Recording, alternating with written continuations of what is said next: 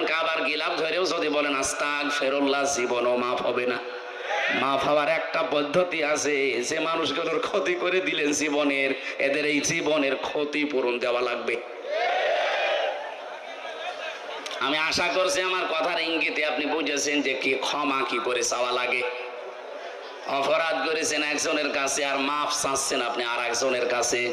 আলোচনাটি এখন MS media ORG চ্যানেলে শুনতে পাবেন। থানার অন্তর্গত বড়া কেন্দ্রীয় জামে মসজিদ প্রাঙ্গণে 2 দিন ব্যাপী 26তম ঐতিহাসিক তাফসিরুল কোরআন মাহফিলের সমাপনী রজনী স্বনামধন্য সভাপতি আউযু বিল্লাহি মিনাশ শাইতানির রাজিম বিসমিল্লাহির রহমানির রহিম ইয়া আইয়ুহাল্লাযীনা আমানু রুকউ ইলা আখিরি আয়া। এ পর্যন্ত থাক আজকে। এই ইরকাউ রুকু শব্দের যত ব্যাখ্যা আছে আমি টপ টু বটন চেষ্টা করব বলার। বাকি আসজুদু ওয়াবুদু আফআলুল খায়রা এই 4টা, এখনো বেলকুচিতে 2টা মাহফিল আছে। এক জায়গায় আসজুদু নেব, এক জায়গায় ওয়াবুদু রাব্বাকুম। আফআলুল খায়রা এটা আরো বিস্তারিত। ভালো কাজ বলতে ধোঁকা খাই আমরা। ভালো কাজ কি আমরা এখনো জানি না অনেকে। আমরা চেষ্টা করব বলার। প্রথমটা শুরু করছি। আল্লাহ ডাক দিয়েছেন এখানে কোনো বেঈমানকে না, ঈমানদারকে। সুতরাং বেঈমান যদি থাকেন আপনি চলে যান। ওই যে চলে যাচ্ছে, চলে যাক না। এখন প্রশ্ন আসতে পারে আমার যে ঈমান আছে আমি কিভাবে টের পাবো? আমার যে বিশাল জোব্বা গায়, আমার মাথায় পাগড়ি, এত বড় টুপি, আমার ঈমান নেই মানে না? ঈমান আছে কিনা সাহাবী প্রশ্ন করলেন। বিশ্বনবী বললেন ইযা সাররাতকা হাসানাতুকা ওয়া সাআতকা সাইয়্যাতুকা ফাআনতা মুমিন। মুসলিম শরীফের হাদিস। যখন তোমার ভালো কাজগুলো তোমাকে আনন্দ দেবে আর অন্যায় কাজ করলে ভেতর থেকে একটা বাধা আসবে, তখন বুঝবে তোমার ঈমান আছে। আপনি এবার বলেন তো যে আপনার অন্যায় কাজ দেখলে আপনার কি ভেতর থেকে একটা বাধা আসে? না, আসে না। যাদের মোবাইলে বললাম উল্টাপাল্টা সিনেমা আছে, নভেল নাটক আছে, থিয়েটার আছে, যাদের উল্টাপাল্টা ছবি আছে, নিজে দেখলে আনন্দ লাগে, এই মুরব্বি দেখলে আপনার লজ্জা লাগে। তো এইরকম জিনিস থাকার পরও আপনার মনে বাধা দেয় না, তাহলে আপনার ঈমান থাকলো কি করে? বলেন না কেন? এই জন্য বলছে বাড়ি যাওয়ার আগে দয়া করে ডিলিট করে দিন। আর এই নিয়ত করে যান যে যতদিন বেঁচে আছে যেটা দেখা যায় না এই চোখ দিয়ে আমি মরে গেলেও দেখবো না।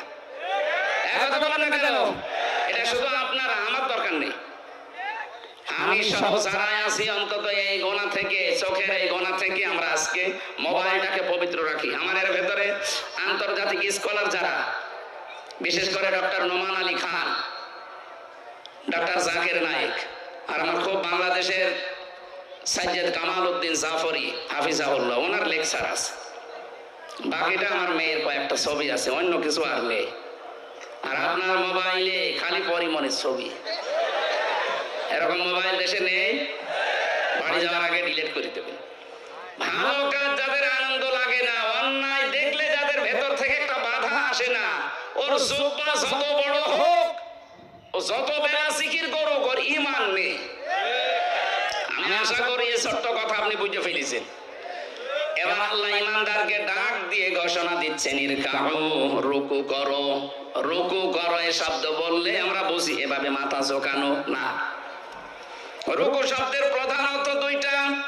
কোরআনে কারিমে এটা 42-43 নম্বর আয়াত সূরা বাকারা আছে, ওয়া আকিমুস সালাতা ওয়া আতুজ যাকাতা ওয়ারকাউ মা'আর রাকিঈন। আল্লাহ পাক বলেন নামাজ কায়েম করো, সম্পদ থাকলে যাকাত আদায় করো, আর রুকুকারীদের সাথে রুকু করো। তার মানে জামাতে হাজির হয়ে নামাজ পড়ো। এখানে রুকু মানে জামাতে হাজির হয়ে নামাজ পড়া, 1 নাম্বার। 2 নাম্বার আমি পেয়েছি, এটা আছে সূরা মুমিনুনের ভেতরে। কোন মানুষ যদি রুকু সত্যিই করে না, সূরা জুমারের ভেতরে আছে 53, 54, 55 নাম্বার আয়াত। কোন মানুষ যদি সত্যিই রুকু করতে চায়, অবশ্যই সে মানুষের উচিত এই যে রুকু করলেন নামাজের জন্য, রুকু করার জন্য দাঁড়িয়ে গেলেন যে কাতারবদ্ধ হয়ে, ওয়ারকাউ মা'আর রাকিঈন, রুকুকারীদের সাথে রুকু করো, জামাতবদ্ধ হয়ে এই কাজটা করো। একা জামাতে রুকু করলে 27 গুণ সওয়াব বেশি হয়। কয় গুণ? এই 27টা পয়েন্ট ওখানে লেখা আছে। আপনি এখানে আল্লাহর একটা বিধান মাত্র পালন করবেন, রুকু। কি পালন করবেন? রুকু। এই রুকুটা পালন করার জন্য যখন দাঁড়িয়েছেন কাতারবদ্ধ হয়ে, একবারের জন্য মনের ভেতরে চিন্তা আসে যে আমার দুই দিকেই দাঁড়াবে জামাত ইসলাম, যদি বিএনপি, আওয়ামী লীগ, জাতীয় পার্টি, চরমনার কেউ দাঁড়ায়, ওরা আমি পেছনে দিয়ে দেব। আসে, মনের ভেতরে আসে। এখানে তো আসে না। এই শিক্ষাটা আপনার ব্যক্তি, পরিবার, সমাজ, রাষ্ট্রে নিয়ে যাওয়া লাগবে। এখানে আল্লাহর একটা বিধান পালন করার জন্য যেমন সবাই এক হয়ে গেছি, এখান থেকে বের হয়েছে 27টা সওয়াব এমনি দেবে না, 27 গুণ সওয়াব এমনি পাওয়া যাবে না। 27টা শিক্ষা আল্লাহ দিতে চান। এই 27টা শিক্ষা আমার পরিবারের, সমাজে, রাষ্ট্রে আমি মিলাবো। এর নাম রুকু। এই রুকু যদি আজ বাংলাদেশে আমরা সত্যি মেনে চলতে পারতাম, 27 গুণ সওয়াবের জন্য যারা এই ফজরের নামাজে কষ্ট করে উঠে শীতের সময় যান, এই 53 বছর সময় লাগার কথা ছিল না। রুকুটা বুঝলে 53 বছর আগে এই দেশে রুকু রাষ্ট্রীয়ভাবে কায়েম হয়ে যেত। ওইটাই চাই আমরা। রুকু শুধু নিজে নিজে করবেন মানে, জামাতবদ্ধ হয়ে রুকু করেন, পরিবার, সমাজ, রাষ্ট্রে সব জায়গায় আল্লাহর রুকু আপনি কায়েম করবেন। কোরআন পড়ার যে সমস্ত হক গুলো আছে, তার ভেতরে দ্বিতীয় হক এইটা, মান কারাল কুরআনা ফাস্তাযহারাহু। যে ব্যক্তি কোরআন পড়ে আর কোরআনকে যারা বিজয় করার জন্য চেষ্টা চালায়। এজহার মানে শুধু প্রকাশ করা না, এজহার মানে শুধু স্পষ্ট করা না, এজহার মানে দাঁড় করানো, এজহার মানে কায়েম করা, এজহার মানে প্রতিষ্ঠা করা, এজহার মানে বিজয় করে দেখানো। 53 বছরে আজও আমরা এরকম করতে আসি, কিন্তু কোরআনে কারীমকে আজও বিজয় করতে পারিনি। কথা বলে না কেন? এটা অনেকে রাজনীতি মনে করে আপনি দূরে থাকেন। কোন কারণে থাকেন আমি খুঁজে পাইনি। কোরআন পড়ছে সওয়াবের নিয়তি, অথচ কোরআনকে এজহার করার জন্য, বিজয় করার কোনো চিন্তা ভাবনা নেই। এগুলো বোঝাতে গেলেও বলে হুজুর এটা দুনিয়ার কাজ, রাজনীতি। এটা রাজনীতি হয় কি করে? ফাস্তাযহারাহু শব্দটা যারা বোঝে, বিধান যারা বোঝে, আধুনিক অভিধান বেত্তা যারা লিখছে যে ফাস্তাযহারাহু মানে কোরআনকে যারা বিজয় করার চেষ্টা চালাবে, এই মানুষগুলো কোরআন পড়লে যে 4টা শর্ত আছে তাদের দ্বারাই আদায় হবে। কোরআন পড়তে হবে শুদ্ধ করে, কোরআন বুঝতে হবে, কোরআন নিজে মানতে হবে। 4 নাম্বার, কোরআন মানুষকে মানাতে হবে। এই জন্য আমরা যারা রুকু, আল্লাহর নির্দেশ, রুকু করতে চাই, এখন থেকে রুকু করলে যেহেতু 27 গুণ সওয়াব হয় রুকুকারীদের সাথে রুকু করলে, এই 27 গুণ সওয়াব নিতে হলে পরিবার, সমাজ, রাষ্ট্রে 27টা শিক্ষা মেলানোর দরকার আছে না নেই? পরিবারের শিক্ষা কি রুকুর? সম্মানিত মা বোন যারা এসেছেন, দেখলাম বহু মহিলা বসে আছে বিভিন্ন জায়গায়। মা বোনদের রুকু হচ্ছে শুধুমাত্র মাজা ঝুঁকিয়ে না, এটাই শেষ না। আপনি 4টা কাজ করবেন দুনিয়াতে: নামাজ পড়া, রোজা রাখা, আর কালো বোরকা পরলেই মনে করছেন আমি জান্নাত পেয়ে গেছি, জীবনও না। নেককার, সৎ, যোগ্য মহিলা জান্নাতের জন্য যোগ্যতা সম্পন্ন হওয়ার জন্য 4টা কাজ করা লাগবে। তিরমিজি শরীফ। 1 নাম্বার, ইযা নাযারা ইলাইহা সাররাতুহু। যখন আপনার স্বামী বাইরে থেকে এসে আপনার দিকে তাকাবে, স্বামীকে আনন্দ দেবেন। কথা বুঝতেছেন? এই শব্দটা আজ বাংলাদেশে নেই। স্বামী বাইরে থেকে এসে পরিবারে আনন্দ পায় না, এই জন্যই বাধ্য হয়ে পরকীয়া প্রেম করে। দেখলেন? এরা যে পায় না, পরকীয়া প্রেম করে। সম্মানিত মা বোনেরা, কার স্বামী জি বলেছে আপনি শুনতে পেয়েছেন? আজকে থেকে একটু বাড়িয়ে দেবেন আদরটা।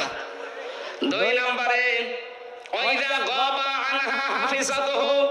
স্বামী যখন বাইরে যাবে তখন স্বামীর সম্পদ, স্বামীর সন্তান, নিজের ইজ্জত, সতীত্ব, নিজের লজ্জাস্থান, শরীর, এগুলো হেফাজত করে রাখবেন। অথচ অধিকাংশ মেয়েরা এখন স্বামী বাইরে গেলে দিন পায়। কথা বলে না কেন? মেয়েরা মোবাইলেও যদি কথা বলে, কোন ধাঁচে কথা বলবে আল্লাহ কোরআনে দিয়েছেন। সূরা আহজাবের 32 নম্বর আয়াতে আছে, ইয়া নিসান নাবিয়্যি লাস্তুন্না কাআহাদিম মিনান নিসাই ইনিত্তাকাইতুন্না ফালা তাখদা'না বিল কওলি ফায়াতমা'আল্লাযী ফী কলবিহি মারাদু ওয়া কুলনা কাওলাম মা'রুফা। এটা তাফসীরে খাজিনে আছে। আমি যা বলছি অধিকাংশ ফি জিলালিল কোরআন থেকে, আর এইটা আছে তাফসীরে খাজিনে। আল্লাহ ডাক দিয়েছেন, হে নবীর স্ত্রীরা, পর্দার আড়াল থেকে। তখন নাই পর্দার আড়াল থেকে, কিন্তু এখন অর্থ হবে মোবাইলে, ফ্যাক্সে, ফোনে। যদি আপনি ফোনে কারোর সাথে কথা বলেন, কথা বলবেন সত্য কথা, মিথ্যা বলবেন না, কিন্তু ভাষা হবে রুক্ষ সূক্ষ্ম। গরম দিয়ে এমন ভাবে কথা বলবেন, ওই পারে যে আছে ওর মনের ভেতরে যদি গুড়ও থাকে, ওই এমনি তো অবাক করে নেবে। কথা বলে না কেন? হ্যাঁ, শুধু 14 জন পুরুষ বাদ দিয়ে, 14 জন পুরুষ যাদের সাথে আপনার বিবাহ করা হারাম, আপনার আপন ভাই, আপনার বাবা, আপনার বোনের ছেলে, আপনার ভাইয়ের ছেলে। আমি কথা বোঝাতে পেরেছি কিনা বলেন? এই 14 জন আছে সূরা নিসার 21-22 নম্বর আয়াতের তাফসীরে পাবেন। এই 14 জন পুরুষ মানুষ বাদ দিয়ে যদি কাবার ইমাম আব্দুর রহমান সুদাইসিও কল দেয়, আপনি কথা বলবেন সঠিক কথা, কিন্তু ভাষা এমন করবেন। কথা বুঝতেছেন? বলেন তো, স্বামী বাইরে গেলে এরকম করে মেয়েরা, আরো দিন পেয়েছে, এমন কায়দায় কথা বলে, ওই পাশে যে আছে ও মনে করে কাজ হচ্ছে। 2 দিন 5 দিন 1 মাস 2 মাস পরে দেখা যাচ্ছে 2-3 সন্তানের মাকে নিয়ে উনি আল্লাহর রাস্তায় পালিয়ে গেছে। না, এটা করা যাবে না। 3 নাম্বারটা বলার জন্য আমি রুকুর ব্যাখ্যায় হাদিসটা নিয়ে এসেছি। তাই ভালো করে শোনেন। অতুইনু আলা দীনি যাওজাতিহা, আপনার স্বামী যদি দ্বীনের কাজ করে, দ্বীন প্রতিষ্ঠার কাজ করে, মানবতার পক্ষে কাজ করে, স্বামীকে সময় দেবেন, স্বামীকে ছাড় দেবেন, স্বামীকে উদ্বুদ্ধ করবেন। কিন্তু অধিকাংশ মেয়েরা এই লাইনে নেই। ওর স্বামী দ্বীনের একামতে দ্বীনের কাজ করে, দ্বীন প্রচারে কাজ করে, মানবতার সেবা করে, ও আরো বাধা দেয়। আপনি নামাজ পড়ে রোজা রেখে কালো বোরকা পরেও জান্নাত যেতে পারবেন না। 4 নাম্বারটা হচ্ছে, স্বামী যেটা পছন্দ করে ওটা যদি জায়েজ হয়, জীবন থাকতে আপনাকে ওইটা মেনে নেওয়া লাগবে। আমি স্বামী, যত স্বামী এখানে আছে, প্রত্যেকটা স্বামী আমরা চাই বিয়ের পরে যেন আমাদের মা বাবা আমাদের সাথে থাকে। আমি খেয়ে থাকি না খেয়ে থাকি, আমার মা বাবা সাথে থাকবে। কথা বলে না কেন? কিন্তু 100টার 98টা মহিলা এটা চাই না। এটা চাই না, তার কারণ আছে। একে শুধু পানি পড়া দেয় এর মা আর ওর বড় বোন, ওখান থেকে বারবার শুধু কান পড়া দেয়, আর কতদিন থাকবি, আলাদা হয়ে যা। এই কথা বলছে না কেন? এরকম ছোট মনের বউ আছে? কার আছে? হাত তোলেন তো। একজনের আছে। সম্মানিত ভাইরা, সম্মানিত মা বোনেরা, না আপনার রুকু হচ্ছে না। কিসের রুকু করেন আপনি? 4টা বললাম, একটাও মেলাতে পারলেন না। আশা করছি এই 4টা কথা মেনে নেবেন। এই রুকু যদি এভাবে আমরা পয়েন্ট আকারে দুনিয়াতে করতে পারতাম, এই পৃথিবীর চিত্রই পাল্টিয়ে ফেলতে পারতাম। আর আমরা ওই রুকুই চাচ্ছি সামনে ইনশাআল্লাহ। আমি জেলে বসে মাওলানা মামুনুল হকের সাথেই ছিলাম। আমিরে জামাত ডাক্তার শফিকুর রহমান 4 দিন ছিলেন আমার সাথে। সেক্রেটারি জেনারেল অধ্যাপক মিয়া গোলাম পরোয়ার প্রায় 1.5 বছর ছিলেন আমার পাশে। এই সমস্ত মানুষ থেকে বিশেষ করে জীবন্ত শহীদ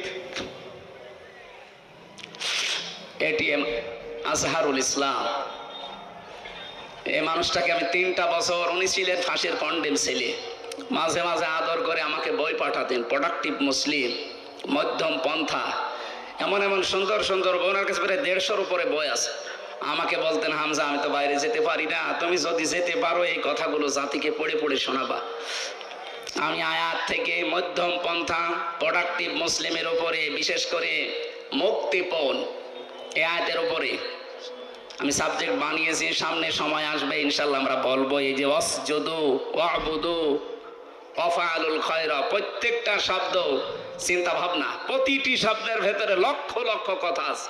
ওয়াল মালাইকাতু তাজ্জিবিনা ইয়াকুলুনা সালামুন আলাইকুম উদখুলুল জান্নাতা বিমা কুনতুম তা'মালুন ফেরেশতা একজন দুইজন না, মালাইকা বহু বচন। এটা ফেরেশতা মণ্ডলী আসবে আপনার কাছে। তাজ্জিবিনা এই শব্দের ব্যাখ্যায় মুফাসসিরিন ইকরাম লিখেছেন, এটা শুধু শরীরের পবিত্রতা না, শুধু দেহের পবিত্রতা না, শুধু এই পোশাকের পবিত্রতা না, চিন্তা ভাবনা, বিশ্বাস এবং আকীদার পবিত্রতা করা লাগবে আপনাকে। দুঃখজনক হলেও সত্য, আমার যতটুকু লেখাপড়া আছে, আমার এই জ্ঞান অনুযায়ী আমি যেটা দেখতে পাচ্ছি, একটা মাজলুম দলের উপরে আকীদা এই শব্দটা নিয়ে জুলুম করা হচ্ছে, বিশেষ করে বাংলাদেশ এই দেশে। আমি অন্যান্য দেশে যেয়ে পাইনি, ভারতে গেছি বহু জায়গায়, না এ শব্দ তারা তোলে না। পাকিস্তানে গেছি পাইনি। বিশ্বের অন্যান্য যত মুসলিম অমুসলিম দেশ আছে, অনেকগুলো দেশে আল্লাহ আমাকে নিয়েছে। এই শব্দটা বাংলাদেশে কারা করাচ্ছে, কেন করাচ্ছে আমি জানি না। আপনারা আকীদার প্রশ্ন তোলেন, এই শব্দ নিয়ে মানুষকে ভুলভাল বুঝিয়ে এদের ওপর একটা জুলুম করছে। আকীদা যদি এদের খারাপ হবে, এদের নিবন্ধন বাতিল হয়ে গেল কোন কারণে?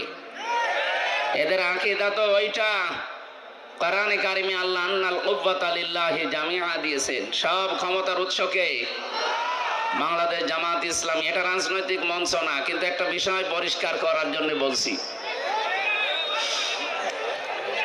এই দলীয় গঠনতন্ত্রে এদের এই কথাটা লেখা ছিল যে ক্ষমতার উৎস জনগণ নয়, ক্ষমতার উৎসকে। এ কারণে জালেমরা তাদের নিবন্ধন বাতিল করে দিয়েছিল বিভিন্ন ক্রস দেখিয়ে। এটা যেহেতু জামাত ইসলামীর কথা না, এই কথাটা কার বলেন তো? বহু জায়গায় আল্লাহ ডাইরেক্ট ইনডাইরেক্ট দিয়েছেন, কুলিল্লাহুম্মা মালিকাল মুলক, ক্ষমতার উৎসকে। বারবার এ শব্দ বলছি কেন? কারণ এ দেশে এখনো পর্যন্ত অনেক মানুষের আকীদা, চিন্তা ধারা, বিশ্বাস ক্ষমতার উৎস আল্লাহ নয়, ক্ষমতার উৎস জনগণ। অথচ এটা যে একটা শিরিক, হয়তো জেনে করছে, না হয় না জেনে করছে। যারা জেনে না জেনে করছেন, এখনই আপনার এই বিশ্বাস পাল্টাবেন, নয়তো আপনি শিরিক করলে মুশরিক হয়ে মারা যাবেন। কথা বুঝতেছেন? আল্লাহ যেটা পারে ওইটা অন্য কেউ পারে, এই বিশ্বাস করার নাম শিরিক। আর শিরিক যারা করে তারা মুশরিক। আপনি আমার সামনে নামাজ পড়ে, রোজা রেখে, হজ করে এসে, দান সাদকা করে, মসজিদের সভাপতি হয়ে জেনে হোক না জেনে হোক এই শিরিক করার মাধ্যমে জাহান্নামী হয়ে যাবেন না, এটা আমরা হতে দেব না। যাদের আকীদা এইটা ছিল না, যে ক্ষমতার উৎস জনগণ, এটা যারা বিশ্বাস করতো না, যারা বিশ্বাস করতো ক্ষমতার উৎস আল্লাহ, তাদেরকে যারা নিষিদ্ধ করেছিল, মাত্র 5 দিনের ব্যবধানে আল্লাহ নিজে তাদেরকে নিষিদ্ধ করে দিয়েছে। তাদের একটা অঙ্গকে নিষিদ্ধ করা হয়েছে। তাদের এই অঙ্গ নিষিদ্ধ হওয়ার পেছনে 100 কারণ আছে। তাদেরকে বৈধতা দেওয়ার জন্য আজ যারা লাফাচ্ছেন, বিভিন্ন দরদ মাখা কথা বলছেন, আপনি একটা কারণ দেখাতে পারবেন যে তাদেরকে বৈধতা দেওয়া যায় না? আমার এই মোবাইলে আছে 100টা কারণ আমি দেখাতে পারবো। নিম্ন কারণ হচ্ছে তারা 100 মেয়েকে ধর্ষণ করার পরে মিষ্টি বিলিয়েছে। যাদেরকে নিষিদ্ধ করা হয়েছে, এইটা তাদের জীবনে আছে না? এই কথা বলেন না কেন? যে 100টা মেয়েকে জাহাঙ্গীরনগর বিশ্ববিদ্যালয়ে ধর্ষণ করা হয়, ওগুলো হয় আমার মেয়ে না আমার বোন? এই কথা বলেন না কেন? এটা সর্বনিম্নটা গেল। বড়টা কোনটা? বড়টা তারা মুসলমান মনে করে, শিবির মনে করে বিশ্বজিৎকে মেরে ফেলেছে। আমার সাথে 3 বছর এক ঘরে ছিল সেই ছেলেটা, শাওন। আমি বললাম, ভাই আপনি এই কাজ করলেন কি করে? ও কিছু বলে নাই? হ্যাঁ বলেছিল। ওরে আমরা যখন কোপ দিচ্ছিলাম আমাকে বলেছে যে কিসের শিবির? আমি তো হাফ হাতাই না, আমি ফুল হাতা। তারপরে ওরে আমরা ছাড়ি নাই। ফুল হাতা বোঝেন? আমি আগে বুঝতাম না, ওই দিন ওর কথা শুনে বুঝলাম যে ফুল হাতা কি। আমাদের যিনি জেলার ছিল দেবদুলাল, যখনই আসতো মানুষ সব দাঁড়িয়ে বলতো ফুল হাতা আসতেছে। আমরা যেহেতু ওখানে 100 জনের প্রায় 96 ভাগই, 100 জনের মনে হয় 96 জন আমরা মুসলমান ছিলাম, বাকি 4 জন 5 জন হয়তো অন্যান্য ধর্মের ছিল। তো অন্য ধর্মে যারা আছে তারা তো আর হাফ হাতা না ফুল হাতা? হাফ হাতা না, তারা ফুল হাতা। বলেন তো, যারা ফুল হাতা কেউ ছেড়ে দেয় না, শিবির মনে করে মেরে ফেলে, সেই জায়গায় তাদের অপরাধ আর কোথায় পৌঁছাবে? মানুষ হত্যা করলে 5টা অপরাধ আল্লাহ নিজে বলেন, আমা ইয়াকতুল মুমিনা মুতাআম্মিদান ফাজাযাউহু জাহান্নাম। প্রথম পুরস্কারই আল্লাহ তাকে দেবে জাহান্নামে। সুতরাং জুলাই আগস্টের গণহত্যার সাথে যারা জড়িত, তারা তো একটা দুইটা না, 3732 জন মানুষ মেরে ফেলেছেন। কোনো কারণ দেখাতে পারবেন না যে এই কারণে মারলাম, না, বিনা কারণে। আদালত কর্তৃক কোনো বিচারালয় কর্তৃক কোনো ফাঁসির রায় হয়েছিল এই 3732 জনের পক্ষে? না। কেন আপনি মেরে ফেললেন? যারা এর সাথে জড়িত, টপ টু বটন যেই হোক, হয় কেউ ডাইরেক্ট কেউ ইনডাইরেক্ট, প্রত্যেকের পুরস্কার আল্লাহ দেবেন জাহান্নামে। আমরা অনেকে এই মনে করে আসি যে যাবো না, 5 বছর থাকবো, জাহান্নামে যাওয়ার পর আবার বের করে দেবে আল্লাহ। পরের শব্দ দিয়েছেন খালিদান ফিহা, 2 দিন পরে বের হবা না, স্থায়ী ভাবে থাকা লাগবে। এই খালিদান ফিহা স্থায়ী ভাবে থাকা লাগবে কতদিন এটা আর বলা নেই। বলেন তো, এটা আর বলা নেই। ফাঁসির যাদের রায় হয়, যে মানুষগুলো যাবজ্জীবন পায়, এ সর্বনিম্ন 30 বছর জেল খাটা লাগে, কাজকর্ম করে দিলে 22 বছর, এর নিচে নেই। 22 বছর আপনাকে খাটাই লাগবে। তাও তো একটা নির্দিষ্ট মেয়াদ আছে যে 22 বছর বা 30 বছর পর আপনি বের হবেন। খালিদান ফিহার ভেতরে কিছুই নেই যে কবে আপনি বের হবেন। আরো কড়া কথা আছে এই খালিদান ফিহার পক্ষে, ইউরিদুনা ইয়াখরুজু মিনান নার ওমা হুম বিখারিজিনা মিনহা ওয়া লাহুম আযাবুম মুকিম। এই মানুষগুলো চেষ্টা চালাবে বের হওয়ার জাহান্নামের আগুন থেকে, আল্লাহ আবার ফিরিয়ে দেবেন। শুধু ফিরিয়ে দেবেন এতটুকুই আল্লাহ বলেননি, ওয়া লাহুম আযাবুম মুকিম, স্থায়ী আযাব দেবেন তাদের উপরে। বের হওয়ার চেষ্টা করলে আযাব বেড়ে যাবে। আফামান হাক্কা আলাইহি কালিমাতুল আযাব আফা আনতা তুনকিযু মান ফিন নার। আমি আল্লাহ যাকে নির্ধারিত শাস্তি লিখে দিয়ে জাহান্নামে পাঠিয়ে দিয়েছি, হে নবী আপনি কি পারবেন ওকে জাহান্নামের আগুন থেকে বের করে নিয়ে আসতে? তার মানে এরকম অপরাধে যারা অপরাধী, বিশেষ করে 3টা, তার ভেতরে মানুষ হত্যা একটা, আরো 2টা আমি বাকি পরে বলবো। যারা মানুষ হত্যার সাথে জড়িত, সে যেই হোক, বিশ্বাস করেন কোরআনে কারিম জানাচ্ছে তাদেরকে স্থায়ী ভাবে জাহান্নামে থাকা লাগবে। কোন বাবা, কোন পীর সাহেব আপনাকে বাঁচাতে পারবে না। আল্লাহ এতটুকু যদি শেষ করে দিতেন, তাও তো আমরা আয়াতটা অন্তত এ পর্যন্ত বলে শেষ করতাম। এর পরের শব্দগুলো আরো কঠিন। আল্লাহ পাক বলেন, ওয়ালা আনাহু, আমি নিজে তাকে লানত দেব। আগাদিবাল্লাহু আলাইহি, আমি নিজে আল্লাহ তার উপরে রেগে থাকবো।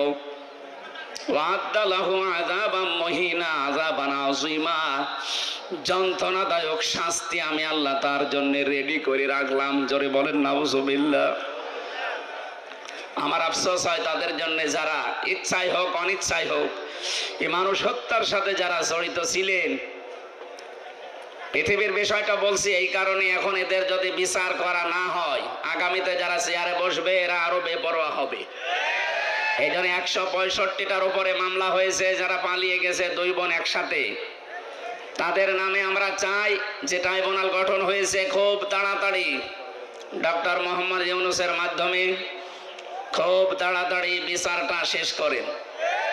আগামী যারা দেশে আসবে ক্ষমতার চেয়ারে, তারা চিন্তা ভাবনা করে চেয়ার চালাবে। আর এটা যদি না হয়, এই হত্যা আপনি কিয়ামতের আগে আর বন্ধ করতে পারবেন না। কারণ মানুষ মনে করবে যে এরকম হয়। এই জন্য আমরা চাই দেশকে শান্তি, স্বস্তি, নিরাপত্তা দেওয়ার জন্য এদের বিচার খুব তাড়াতাড়ি করা হোক। কথা বলেন না কেন? যারা মানুষ হত্যার সাথে জড়িত ছিল না, তাদেরই হত্যার বিচার করে আপনি বিদায় করে দিলেন।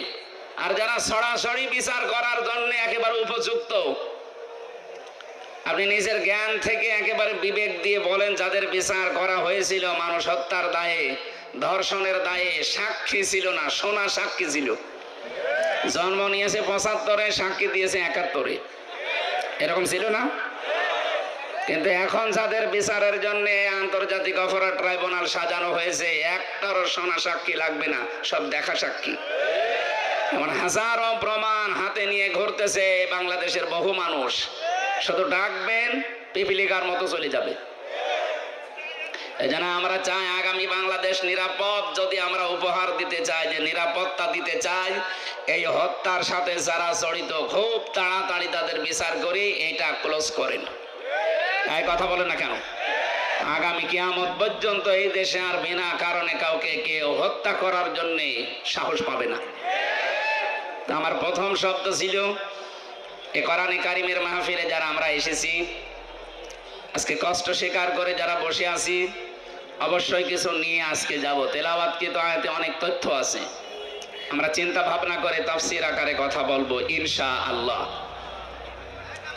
সুতরাং যে মানুষগুলো এগুলোর সাথে জড়িত ছিলেন, আপনারা যদি তাওবা করতে চান, হত্যার যে শাস্তি আছে এই শাস্তি আপনাকে পাওয়া লাগবে।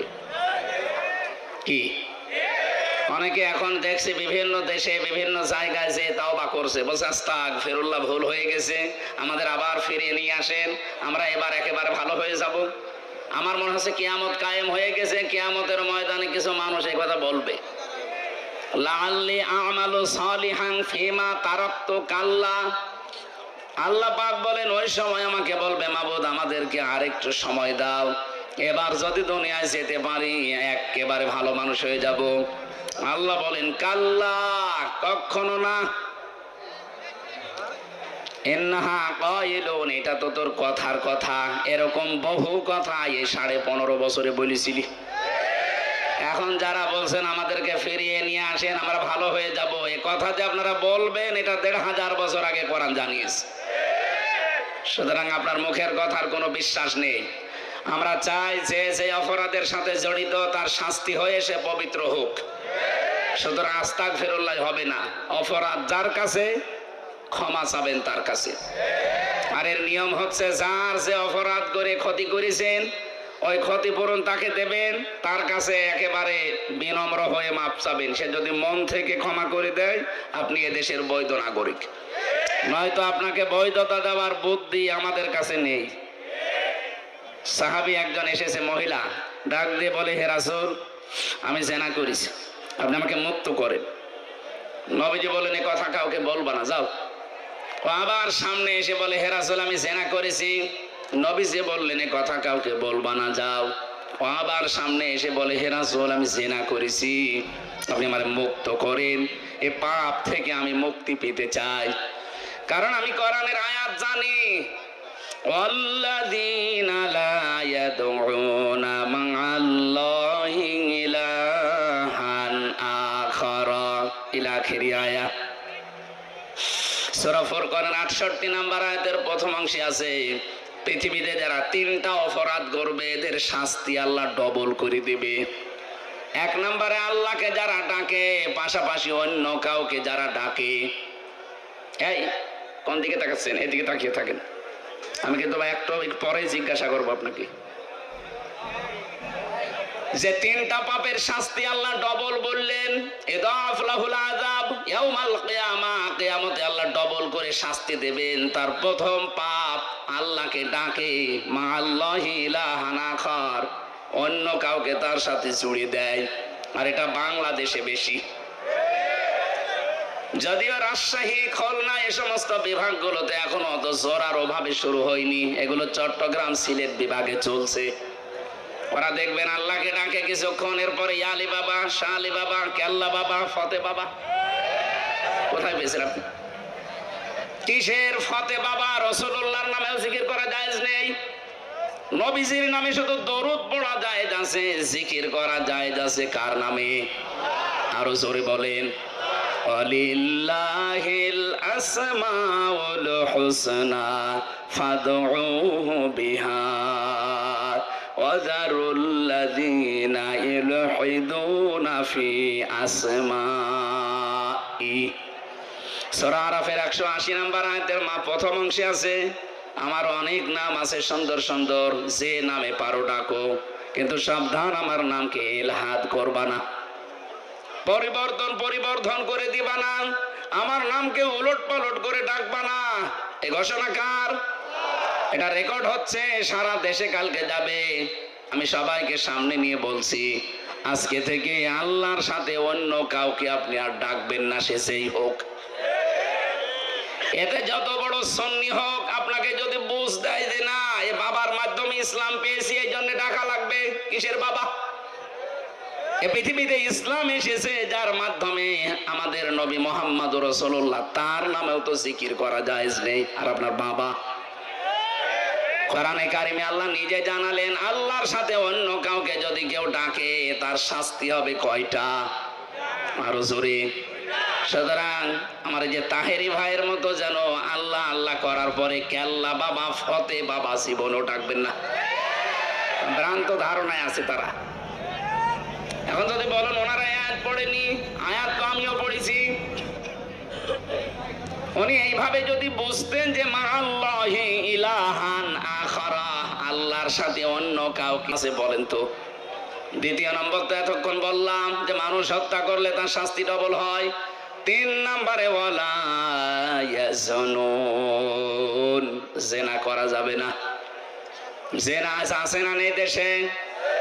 এখন এই যে যারা ধরা পড়ছে এগুলোর প্রকাশ্য ভিডিও, অডিও, জেনা সব প্রকাশ পেয়ে যাচ্ছে। আপনি চিন্তা করেন 80 বছর 85 বছর বয়স, তার হাতের জেনা, মুখের জেনা, বাকিটা নাই বললাম। কোথায় নেমেছে তার চরিত্র বলেন তো?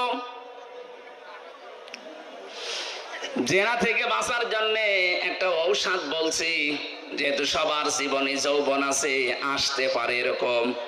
আল্লাহ পাক নিজেই 2টা ঔষধ দিয়েছেন, আজকে থেকে আপনি প্রয়োগ করবেন।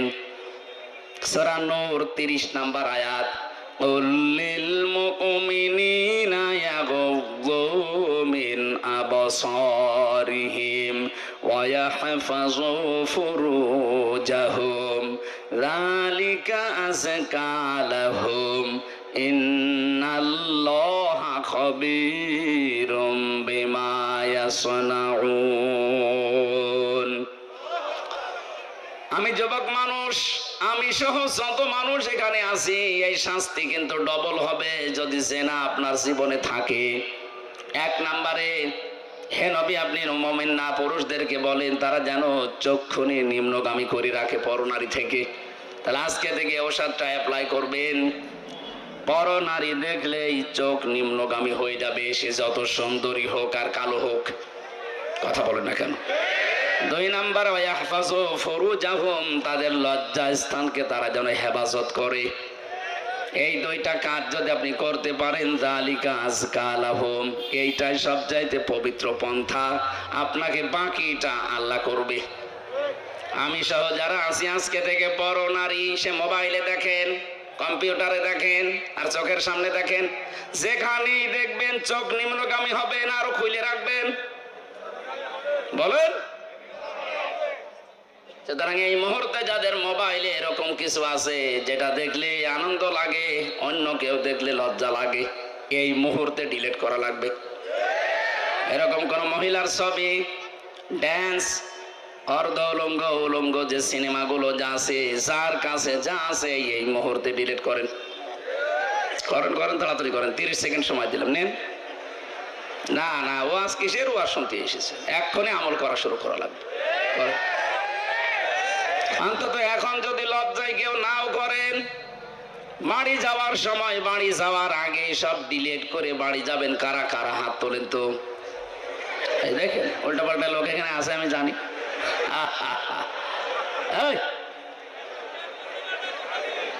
যারা আছে বাড়ি যাওয়ার আগে এগুলো শেষ করে যাবে।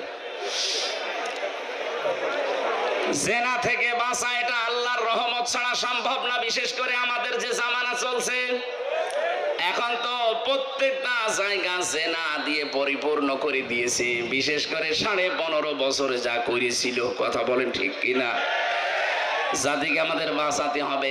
আমি বলছিলাম, মেয়েটা ডাক দিয়ে বলে, হে রাসূল, আমি যেহেতু জেনা করে ফেলেছি, এখান থেকে যদি মুক্তি পেতে হয় তাহলে যে শাস্তি আছে আল্লাহর কোরআনের, ওইটা প্রয়োগ করেন। ওই শাস্তি যদি হয়ে যায়, দুনিয়াতে কোনো অপরাধের শাস্তি যদি হয়, ওই শাস্তির জন্য আল্লাহ কিয়ামতে আর বিচার সাজাবেন না, এসেই শেষ। আপনি যদি চুরি করেছেন, যদি হাত কেটে দেওয়া হয়, তাহলে কিয়ামতে এই বিচার আল্লাহ করবে না। মানুষ হত্যা করেছেন, দুনিয়ায় যদি আপনাকেও মেরে ফেলা হয় বা দিয়ত দিয়ে যদি আপনি পার পেয়ে যান, তাহলে আপনাকে কিয়ামতের দিন আল্লাহ আর বিচার করবে না। জেনা করেছেন, বিচার হয়ে যাক, কিয়ামতে আল্লাহ এই বিচার আর করবে না। তাহলে আমার প্রশ্ন হচ্ছে, যারা 15.5 বছরে জুলুম, অত্যাচার, নির্যাতন, গুণ, খুন, আয়না ঘরের সাথে যারা জড়িত, তারা এই অপরাধগুলো যদি মাফ করাতে চান, যার কাছে অপরাধ করেছেন তার কাছে স্বীকার করে ওর ক্ষতিপূরণ দিয়ে দেন। আমি কথা বোঝাতে পেরেছি? আপনি আয়না ঘরে রেখেছিলেন যাদেরকে, তাদের কাছে যে বলেন যে তোমার বিশাল ক্ষতি করে দিলাম। এই যে ব্যারিস্টার আরমান, আমান আজমি সহ আমি 14 বছরের মানুষ ওখানে দেখেছি আছে, কেউ 5 বছর, 7 বছর, 8 বছর, 10 বছর, 14 বছর পড়ে আছে। এত বড় বড় নখ হয়ে গেছে, চুল দাড়ি গোপ, মনে হচ্ছে কেউ জঙ্গল থেকে বেরিয়ে আসতেছে। রিমান্ডে যখন আমার মাটির নিচে নিয়ে যেত, কিছু মানুষকে দেখেছি এই নখ দিয়ে খসিয়ে খসিয়ে ওই দেওয়ালের সাথে মাটির নিচে লিখে রেখেছে, ভাই যদি কেউ বাইরে যেতে পারেন তো এই নাম্বারে জানাবেন যে আমি বেঁচে আছি। আপনি টের পাচ্ছেন? একটা মানুষ 10 বছর, 14 বছর জানে না যে কোন বছর চলছে, জানে না। এটা যে কি মাস তাও তার জানা নেই, কি বার তাও জানে না, কয়টা বাজে তা তো জানে না। অথচ তার মাথার উপর দিয়ে গাড়ি ঘোড়া চলছে, মানুষ চলছে, হালকা আওয়াজ পাওয়া যেত। এই ছেলে, এখানে কি করেন? কি ইয়ার কি মারাস নাকি? দেন না, মেয়ে দেন।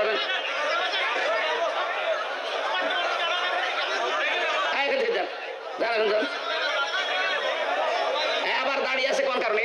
যান এখানে, যান, কথা বলা যাবে না। কি কঠিন ভয়ঙ্কর পরিস্থিতি, শুনলে আপনাদের ভয় লাগে। আর আমরা নিজে ফ্রেশ হয়েছিলাম মাত্র 10 দিন, আমি তাই পাগল হয়ে গেছি। আর একটা মানুষ 14 বছর আছে। আর আপনি এখন এই সমস্ত জিনিসের সাথে যারা জড়িত ছিল, ওরা যদি বলে আস্তাগফিরুল্লাহ, আপনি কি আল্লাহর কাছে দোষ করেছেন? আপনি দোষ করেছেন যার কাছে? এরকম বহু মানুষ এই 15 বছর আপনার কারণে ব্যবসা করতে পারে নাই। হ্যাঁ, কথা বলেন না কেন? এই 15টা বছর আপনি চাঁদাবাজি করেছেন, তার অর্থনীতি নষ্ট করে দিয়েছেন। বহু মানুষকে 15 বছর তার জায়গা মতো উঠতে দেননি। এটা বানিয়ে বললাম? বহু মানুষ উপরের চেয়ারে ওঠার কথা ছিল, আপনি এই 15 বছরে তাকে উঠতে দেননি। আজ ডক্টর মোহাম্মদ ইউনূস চরিত্রবান মানুষ চাচ্ছে। চরিত্রবান মানুষ দেন, আমি বিভিন্ন জায়গায় বসাবো। আজ আমরা দিতে পারছি না, কারণ 15.5 বছরে চরিত্রবান মানুষ যেখানে উঠবে, ওই চেয়ার গুলোকে চরিত্রহীন মানুষ দিয়ে ভর্তি করে রেখেছিলেন। এই মানুষগুলোকে তো উঠতে দেননি, তেরা জায়গা মতো যাবে কি করে? এদের যে বিশাল ক্ষতি করে দিলেন এই 15.5 বছরে। এখন কাবার গিলাফ ধরেও যদি বলেন আস্তাগফিরুল্লাহ, জীবনও মাফ হবে না। মাফ হওয়ার একটা পদ্ধতি আছে, যে মানুষগুলোর ক্ষতি করে দিলেন জীবনের, এদের এই জীবনের ক্ষতিপূরণ দেওয়া লাগবে। আমি আশা করছি আমার কথার ইঙ্গিতে আপনি বুঝেছেন যে কি ক্ষমা কি করে চাওয়া লাগে। অপরাধ করেছেন একজনের কাছে আর মাফ চাচ্ছেন আপনি আর একজনের কাছে। এক ওসি পেয়েছিলাম জেলখানায়, আমারে বলছে, হুজুর দেখেন তো আমার তওবাটা কেমন করে হয়ে গেল। কি? সেই যে নির্বাচন কেন আমি বাইরে ছিলাম, আমার যে কনস্টেবল আছে, আমার যে এসআই আছে, এসআই আছে, দারোগা আছে, যা এদেরকে নিয়ে আমি আল্লাহর রাস্তায় ভোট কাটা আরম্ভ করলাম। রাত 12টার পর থেকে কোরআন শরীফ আমার সামনে এইভাবেই বলছি। আমি ফাঁসির কন্ডেম সেলের ভেতরে আছি, উনি আমার সাথে দেখা করতে এই তাওবা শোনাচ্ছে যে আমি তাওবা করেছি, আমারটা কি হয়েছে। রাত 12:30টার পর থেকে আমরা আরম্ভ করলাম ফজরের আগ পর্যন্ত। আল্লাহর নামে ভোট কাটতে কাটতে ফজরের আজান দিয়ে দিল, সব কমপ্লিট করে বাক্স জায়গা মতো পাঠিয়ে দিলাম। এবার গোসল করলাম, ওযু করলাম, 2 রাকাত নফল নামাজ পড়ে বললাম আস্তাগফিরুল্লাহ। হুজুর আমারই তাওবা হয়েছে না। আপনি তো আল্লাহর কাছে দোষ করেননি, আপনি দোষ করেছেন হামজার কাছে। এ মানুষটাকে এমপি বানাতে 3.5 লাখ থেকে 4 লাখ হামজার রায় লাগে। এই কথা বলছেন এখানে। আর আপনি একা একা সব রায় দিয়ে দিলেন। আপনি যার জন্য দিয়েছিলেন সে তো পালিয়েছে, কিন্তু আপনার কি হবে? সবচেয়ে ভয়ঙ্কর কথা হচ্ছে আপনার এই 15.5 বছরের ভেতরে যারা ভোট দিতে পারে না এমন অনেক মানুষ মারা গেছে, তাদের কাছে আপনি মাপ চাবেন কি করে? এটা সবচেয়ে ভয়ঙ্কর কথা। বেশি আছে যারা বাড়িতে বাড়িতে গিয়ে বললেন যে আপনার ভোট আমি দিয়েছিলাম, আপনি কিছু মনে করেন না, অন্তত এক একটা ভোট দিতে পারেননি, 10,000 করে টাকা দেবো, তাও তো সে মাফ করে দিতে পারে। কিন্তু যারা মরিয়ে গেল কব্বরে আছে তাদের কাছে আপনি মাপ চাবেন কি করে বলেন? এটা বিশাল ক্ষতি করে ফেললেন। এই ক্ষতিপূরণ আপনি কিভাবে তুলবেন বলেন তো? এরকম ক্ষতি দেশে অনেকের হয়নি। মাপ নাই চাওয়া যায় জীবিত মানুষের কাছে, মরে গেছে মাপ চাবেন কি করে বললেন? বলেন আপনি এখন নিজের কি ক্ষতি করলেন? এরকম ক্ষতি যেন সামনে কেউ আর না করেন। অনেকে এরকম ক্ষতি করার জন্যও মশানে বসে আছে যে দাঁড়ান থালা হাতে আগে পায়। এই জন্যই তো বিচার ব্যবস্থায় যারা আছে শক্ত হওয়ার জন্য আহ্বান জানাচ্ছি। এমন বিচার করবেন আন্তর্জাতিক অপরাধ ট্রাইব্যুনালে কিয়ামতের আগে যেন কেউ আটকে ওঠে মানুষ, তাছাড়া এটা বন্ধ হবে না। কথা বুঝতেছেন? আমার কথার সারাংশ এই মেয়েটা যেমন অপরাধ করার পরে অনুশোচনা করার পরে বিচার নিজে নিয়ে এরপরে মারা গেছে, তার তওবা কবুল হয়েছে। আমরা চাই 15.5 বছরে যে অপরাধ করেছেন, আপনি তো জানেন কি করেছেন। আপনার কলমের খোঁচায় কত মানুষের উপরে চেয়ারে উঠতে পারে না, এর নিচে নেমে গেছে, তার কি ক্ষতি করে দিলেন বলেন? অথচ আপনি জানতেন যে সব যোগ্যতা আছে। বিশ্ববিদ্যালয়ে যারা ফার্স্ট ক্লাস ফার্স্ট হয় তাদেরকে শিক্ষক হিসেবে রেখে দেয়, শুধু আপনার কলমের কারণে হয়নি। এটা বিশাল ক্ষতি। সারা দেশে যারাই দায়িত্বে ছিল 1628টা চেয়ারে, এগুলো সব জালেম। বিশেষ করে 1628টা চেয়ারে যারা ছিল এগুলোর প্রত্যেকটা জালেম। আর কিয়ামতে এদের বিরুদ্ধে মামলা দেবে আল্লাহ নিজে, কারণ জালেমের বিরুদ্ধে মামলা হামজার না। আমিরে জামাত বলছে আমরা সত্যিকারের অপরাধীদের শাস্তি চাই, উনি সাধারণ ক্ষমা ঘোষণা করুক না। আমরা যদি কিছু নাও বলি, জালেমদের বিরুদ্ধে মামলা সরাসরি দেবে কে? ইন্নামাস সাবিলু আলাল্লাযিনা ইয়াজলিমুনান নাস, সূরা শূরা 42 নম্বর আয়াত। আল্লাহ বলেন আমি নিজে জালেমদের বিরুদ্ধে মামলা দেব। এই কথাটা কত ভয়ঙ্কর টের পাচ্ছেন? যিনি বিচারপতি তিনি মামলার বাদী। এই জন্য আপনার জন্য আফসোস করা ছাড়া আমাদের আর কিছু করার নেই। আপনার জন্য ক্ষমা চাইলেও ক্ষমা হবে না, কারণ জালেমদেরকে আল্লাহ হেদায়েত দিচ্ছে না, দেবেও না। আল্লাহু লা ইয়াহদিল কওমাজ জালিমিন। ইয়াহদি এটা মুজারি, বর্তমান ভবিষ্যৎ, প্রেজেন্ট ফিউচার। এই জন্য জালেমদের জন্য আফসোস, সামনে যেন কেউ আবার জালেম না হয়ে যায়। কথা বলো না কেন? আমরা দেখতে পাচ্ছি বাংলাদেশে এখনো বুঝে হোক না বুঝে হোক, আবেগে হোক আর যেভাবেই হোক, অনেকেই জালেম হওয়ার জন্য চেষ্টায় আছে। না, আপনি জালেম হবেন না, মাজলুম হন। মাজলুম হলে অসুবিধা নেই, কিন্তু জালেম হলে খবর আছে, আল্লাহর মামলার আসামি হয়ে যাবেন, জান্নাত হারাম আপনার জন্য। চিন্তা চেতনার পবিত্রতা দরকার আমাদের। আমি তাজ্জিবিন শব্দ থেকে এসেছিলাম। আজ যাদের সবচাইতে বড় পবিত্র তাদের বিশ্বাস আকীদার, তাদের উপরে আপনি এই শব্দটাকে পুরা উল্টিয়ে বলছেন আপনার আকীদা খারাপ। এটা একটা জুলুম তাদের উপরে। এই কথা বললেন না কেন? তাদের আকীদা যদি খারাপ হবে, যে মানুষগুলোকে আপনি বিদায় করলেন, এদের প্রত্যেকের কাছে এই অফার ছিল যে আপনি শুধু দলটা ছেড়ে দেন, তাহলে আপনার ফাঁসির রশি গলায় থাকবে না, ফুলের রশি আসবে। ওরা বলেছিল না, যে আকীদায় আছি ইয়াকুলুনা তাজ্জিবিনা সালামুন আলাইকুম উদখুলুল জান্নাহ, এটা আমরা দেখতে পাচ্ছি, সুতরাং না, জীবনেও পাল্টাবো না। এই কারণে তাদের ফুলের মালা থেকে ফাঁসির মালা পর্যন্ত চলে এসেছে, নিজের আকীদা বিশ্বাস তারা পাল্টায়নি। আর আপনি জীবনে কোনোদিন ফাঁসির রশি দেখেননি, ফতোয়া দিয়ে যাচ্ছেন আপনার আকীদা খারাপ। আকীদা খারাপ হলে তারা এখনো বেশি থাকতো আমাদের মাঝে। এই কথা বলেন না কেন? রাজার হালে থাকতো। কোরআনের পাখি শহীদ আল্লামা দেলাওয়ার হোসাইন সাইদি রহমতুল্লাহ আলাইহি, এই ময়দানে তিনি 24 বছর এসেছিলেন একাধারে। আমি জেলের এই 3 বছরে মাত্র একদিন তার সাথে ছিলাম। তার কাছে বহু অফার এসেছিল, আমার এইভাবে ভালোভাবে চেনি না। ওনার মানে অনেক কিছুই তো দুর্বল হয়ে গেছে। আমি যখন কাছে গিয়ে বলতাম, হুজুর আমারে চেনেন, আমি হামজা। ওই যে বাশার আলামিন হামজা, তার মানে ওনার ছেলে শামীম সাইদি, মাসুদ সাইদি ভাই কয়েকজনের নাম বলতো, যে এখন বাইরে এরা কথা বলছে। বাশার ভাই, আলামিন ভাই, হামজা ভাই, হামজা ওই দিন আমাকে 10 মিনিট কথা বলেছিলেন। তিনি কয়েকটা কথা বলেছিলেন ওই দিন, আমার এখন মনে পড়ছে। ওনাকে অফার দেওয়া হয়েছিল, শুধু আপনি এই যে আকীদা খারাপ যাদের বলেন, এই দলটা শুধু ছেড়ে দেন, আপনি নিজে একটা দল করেন, নিজে একটা দল করে আপনি নিজেই সভাপতি হয়ে যান। বাংলাদেশে বহু দল এরকম আছে না, দুনিয়ার স্বার্থ পেয়ে নিজে দল খুলেছে, খালি নিজের সভাপতি আর ছেলে সেক্রেটারি, আর কেউ নেই। আমি বানিয়ে বললাম, এদেশে বহু দল এরকম আছে, শুধু নিজের সভাপতি আর ছেলে সেক্রেটারি।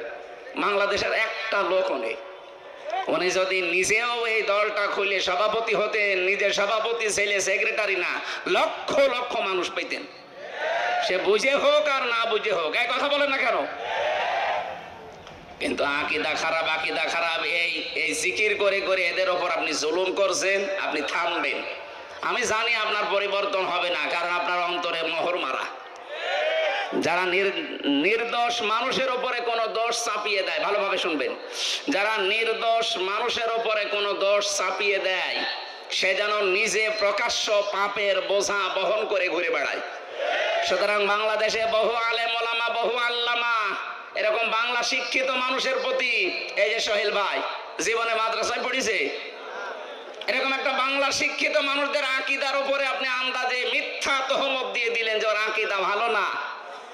সূরা নিসা 112 নম্বর আয়াত অনুযায়ী আপনি পাপের বোঝা কিয়ামতে বহন করে নিয়ে বেড়াবেন।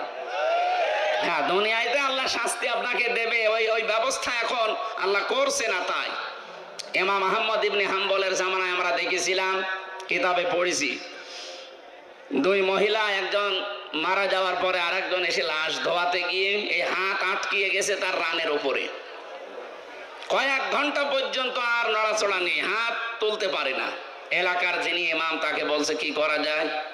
উনি গ্রাম্য মানুষ, ফতোয়া দিয়েছে, এক কাজ করেন, জীবিত মানুষের হাত তো কাটা যাবে না, মেয়ে লোক যেটা মরে গেছে ওনার ওই জায়গায় চামড়া কেটে ফেলেন, কিন্তু এমন জায়গা এই রানের উপরে, নাভির নিচে হাঁটুর উপরে, এই জায়গায় এই কাজ করলেও হতো। কিন্তু যিনি মারা গেছেন তার স্বামী বলছে, না, আমার স্ত্রী মরে গেছে আর এখন চামড়া কাটবেন, মানে দরকার হয় জীবিত মানুষের হাত কেটে ফেলেন।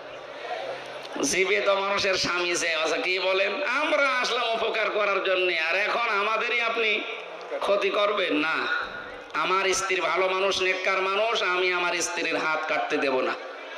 আর একটু বড় ইমামের কাছে গেছে, আর একটু বড় জায়গায় গেছে, শেষ পর্যন্ত ওই দেশের প্রধান বিচারপতি ইমাম মালিক মদিনাতে থাকেন, তাকে ঘোড়ায় চড়ে প্রায় 80 কিলোমিটার দূরে এই ঘটনা নিয়ে আসলেন।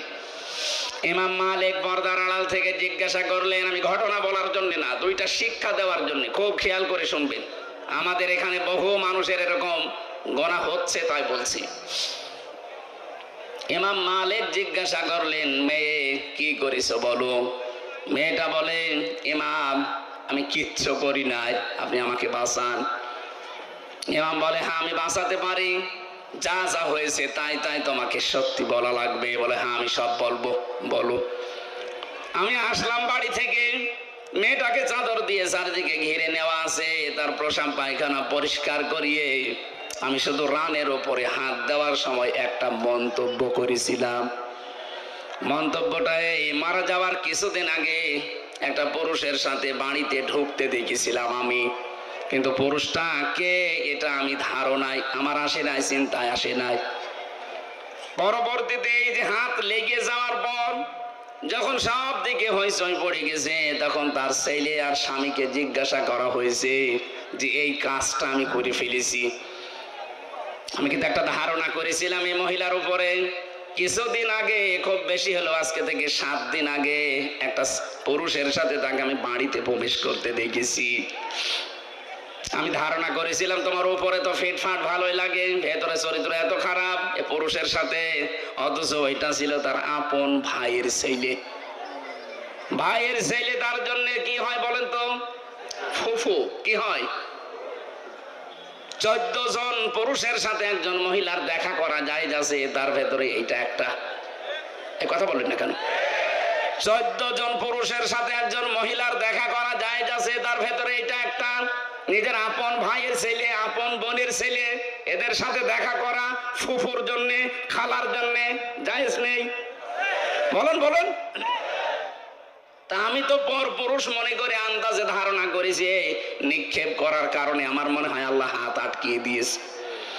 ইমাম মালিক বললেন, হ্যাঁ এটা আমি ধারণা করছি। কোরআনে কারিম এরকম একটা কথা আল্লাহ জানিয়েছেন, অমাইয়াকিসিবে খতিআতান আও ইসমান সুম্মা ইয়ারমি বিহি বারিআন ফাকাদ হিতামালা বুহতানা ওয়া ইসমাম মুবিনা। দুনিয়াতে এমন বহু মানুষ আছে নিজে পাপ করে, নিজে অন্যায় করে, আর অন্যায়টা যখন সংগঠিত হয়ে যায় তখন একটা নিরপরাধ ভালো নির্দোষ মানুষের ওপরে দোষটা চাপিয়ে নিজে ভালো সাজে। সে যেন প্রকাশ্য পাপের বোঝা বহন করে নিয়ে বেড়াচ্ছে।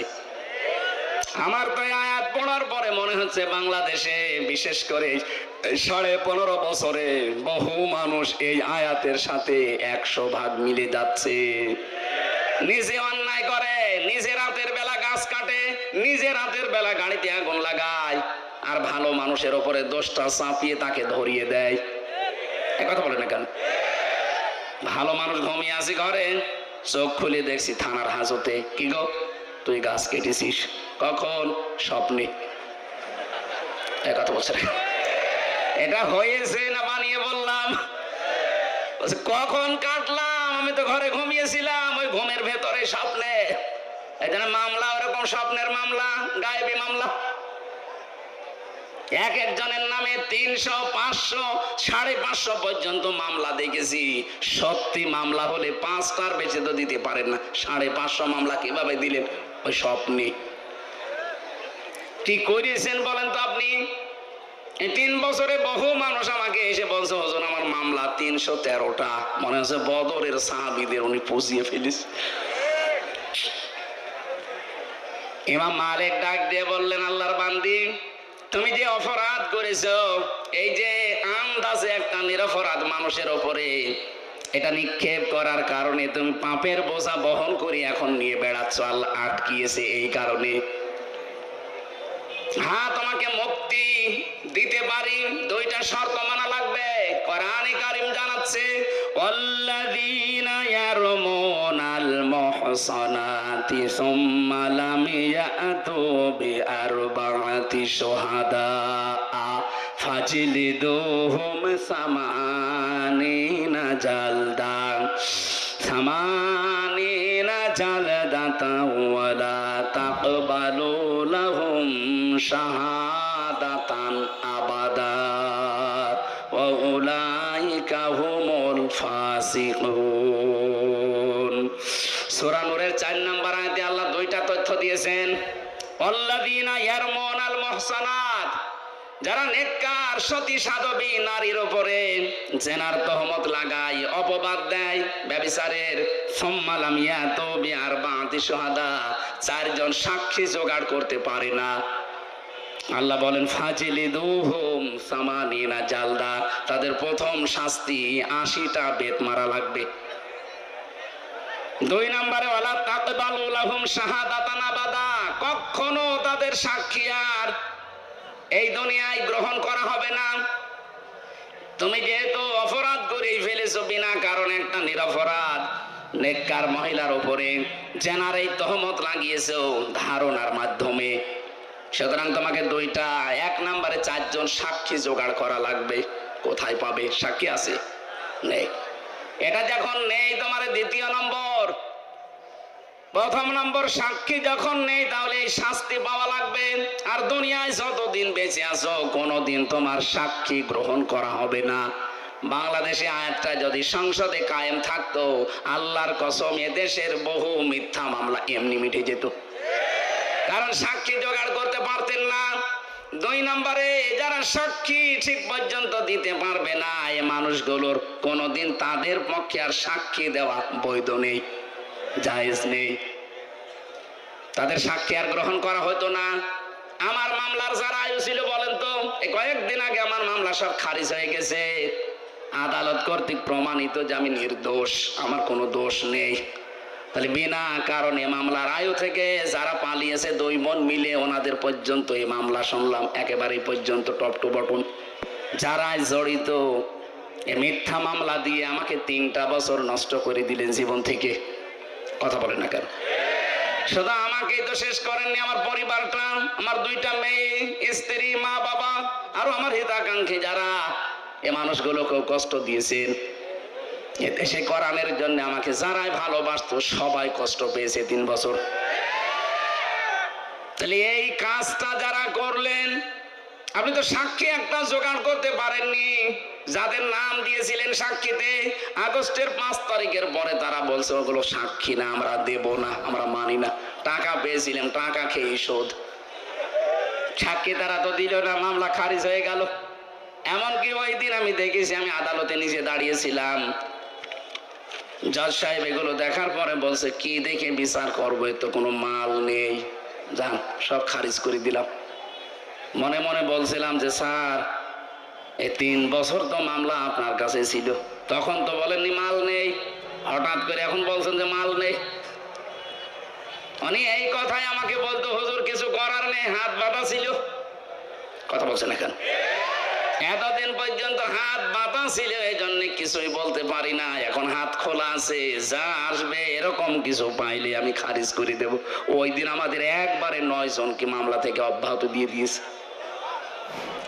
আমরা চাই এদেশে শুধু একটা হাত খোলা ছিল আর বাকি সব হাত বাঁধা ছিল। এখন যেহেতু সব হাত খোলা আছে, এই জন্য কিছুটা ন্যায় বিচার পাওয়া যাচ্ছে। আগামীতে যারা আসবে এদেশে সবার হাত যেন আবু সাঈদের মতো এভাবে খোলা থাকে। হাত খোলা থাকলে ন্যায় বিচার পাওয়া যাবে। এই যে যারা আমার মামলার আয়ু থেকে শুরু করে যারা জড়িত, এই মানুষগুলোর সাক্ষী আর কোনোদিন গ্রহণ করা হবে না। আর নিরপরাধ মানুষের প্রতি জঙ্গি মামলা দিয়েছিলেন, যেটা আমি জানি না। আপনি যদি আমাকে বলতেন যে শিবির করে, জামাত করে, তাও তো একটা মেনে নেওয়া যেত, তাও তো আমি সময় অ্যাক্টিভ ছিলাম না। আর আপনি আন্দাজে এমন মামলা দিলেন যে বলেন না আমি শুনিনি। যে যে অপরাধ করে না, ওই অপরাধে তাকে যদি কেউ অপরাধী মানায়, ওই অপরাধ যতদিন সে না করবে ততদিন তার মরণ হবে না। এই জন্য জঙ্গি নাটক যারা সাজিয়েছিলেন আজ প্রায় সবগুলো তারা এই জঙ্গি মামলারই আসামি। বিশেষ করে কাউন্টার টেরোরিজমের ওই সময় যিনি প্রধান ছিলেন, ওর নাম মনিরুল।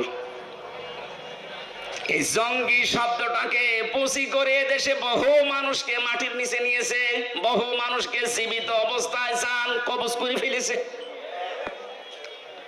এটা যারা সাজিয়েছিলেন আজ দেখেন তারা এই মামলার আসামি। কোরআনের কথা যে কত বাস্তব, যে অপরাধ যে করে না তার উপরে যদি বিনা কারণে ওই দোষ কেউ চাপিয়ে দেয়, ওই দোষে আল্লাহ তাকে আগে দোষী করায়। এগুলো যারা জড়িত তাদেরকে আল্লাহ এই অপরাধী এখন বানাচ্ছে। আপনারা শিক্ষা নেবেন, আন্দাজে বিনা কারণে নিরপরাধ মানুষকে যেন উল্টা পাল্টা দোষ দেবেন না। কথা বলেন না কেন? এরপরও যদি কারো শিক্ষা না হয়, আমার মনে হয় ওর কপালে হেদায়াত আর নেই। তুমি যেহেতু সাক্ষী জোগাড় করতে পারো নাই, তোমার শাস্তি এখন হবে কি? 2 নম্বরে সামানিনা জালদা, 80টা বেত মারা হবে। জল্লাদকে নিয়ে আসো। 80টা বেত চলছে, 79টা হয়ে গেছে, হাত খোলে না। জল্লাদ বলে ইমাম কি করবো, আর একটা বাকি আছে। ইমাম সাহেব বললেন দাঁড়ান, আমি কোরআনের আয়াতে 100% বিশ্বাস করি। আল্লাহ পাক কোরআনে কারিমে জানিয়েছে ওয়াতাম্মাত কালিমাতু রাব্বিকা সিদকাও ওয়া আদলা লা মুবাদদিলা লিকালিমাতি। আমি আল্লাহ কোরআনে যত কথা দিয়েছি সব সত্য। সব কি? আরো জোরে বলেন। 2 নম্বরে ইনসাফপূর্ণ। 3 নম্বরে কোনদিন আমার কোরআনের কথা কিয়ামত পর্যন্ত কোনো পরিবর্তন হবে না, রদ বদল হবে না। 80টা তো দিয়েছি সামানিনা জালদা, জীবনও তো হবে না। 79টা হয়েছে, আর একটা বাকি আছে। ঠিক আছে মারো। আর একটা যখন মারা হয়েছে সঙ্গে সঙ্গে হাত খুলে গেছে। আমি কি বোঝাতে চাইলাম বলেন তো? আন্দাজে একজনের উপরে বিনা কারণে দোষ চাপিয়ে দেবেন আর মনে করছেন আমার তো কিছুই হচ্ছে না। আপনি প্রকাশ্য পাপের বোঝা কিয়ামতে বহন করে নিয়ে বেড়াবেন। টের পাচ্ছেন কি বললাম? এরপরেও যদি আপনার বিবেকের এই দরজা না খোলে, তো কি কি দিয়ে আঘাত করলে খুলবে বলেন? আমরা সাবধান হব এখান থেকে। যেহেতু নসিহতমূলক কথা বলছি, এটা তো রাজনৈতিক মঞ্চ না। যারা ভুল করেছিলেন তাদের আমি পথ বললাম যে এইভাবে তাওবা করে ফিরে আসেন। আল্লাহ এরপরও যদি কাউকে পথ না দেখায়, এ দোষ কার? আল্লাহর দোষ। বারানি কারীম জানিয়েছে, ইয়া আইয়ুহাল্লাযীনা আমানু ইজতানিবু কাসীরাম মিনাজ যন্নি ইন্না বা'দাজ যন্নি ইসমুন ওয়া লা তাজাসসাসু ওয়া লা ইয়াগতাব বা'দুকুম বা'দা আইয়ুহিব্বু আহাদুকুম আইয়াকুলা লাহমা আখিহি মাইতান ফাকারিহতুমু ইলা আখিরি আয়া।